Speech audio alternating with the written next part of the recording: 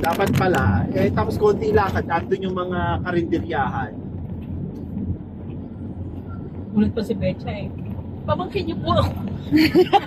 Ano sabi mo? Ano sabi mo? Hindi niya kilala.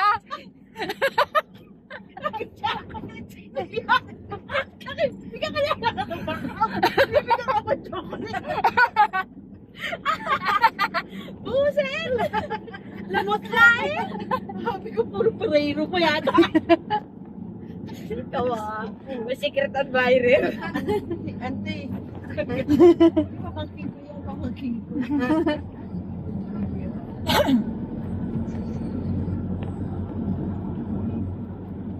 Ako sa Macau, madumi, no? Oo. Hindi malinis. Nausok. Kumampay pa kayo dun sa ano yun? Grand Lisboa. Oo. Tapos nandun pala yung mga naninigaril. Kaya nga eh. O kasi casino yun eh. Oo. Ako naman nung nagpunta kami doon, yung mga pinuntahan namin, malilinis siya. Pero parang- kasi magkaiba yung London din. Sasay ka pa ng bus, no? Di ba? Oo, iba. Pero sa Iba gate ulit. lang daw. Nagabihin na tayo ng gusto nyo. Free yung ano niya, bus. Shuttle. Oo. Oo. May nasakyan ba kayo na free? Wala. May bayad lahat? Hindi, sasakay lang kami. Sasakay. Ano? Ayun na piso lang naman. 6 pesos. Hindi nagawa. Kasi octopus girl. Saan Ilan pa octopus mo? 15. 50. Akin negative 20. Uy, may utang ka pa. Hindi ka makakabalik na HK. Ang galing no, kahit na negative pwede. Pero sinisitan si ko ate ng driver. Bakit? Chat na yan eh. Binaya ko lang naman si Joe eh.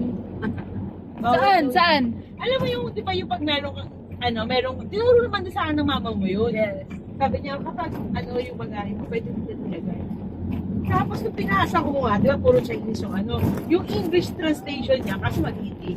Lang yun sa mga PWD, elderly, gano'n. Kaya Ado pala ka mo sumigaw, po. You! I'm talking to you! Me! Gagalitan ako. Kasi baka sampalin ako.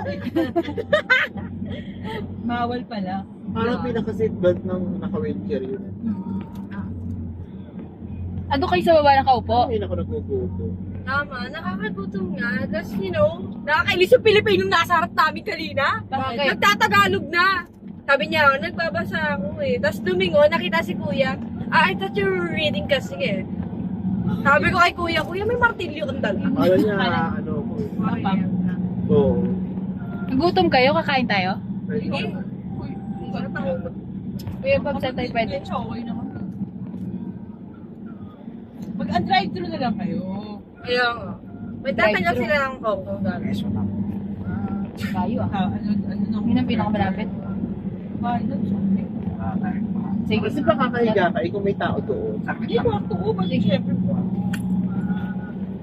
Siyempre, ang maasahan nila pa dating galing sa Oo. Pag hindi maintindihan, hampasin mo ng maleta mo, 20 kilo.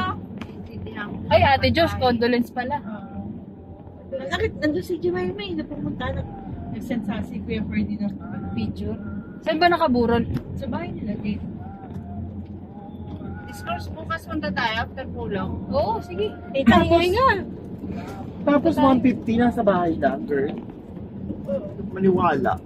dahil, laklak naman pag matagal na,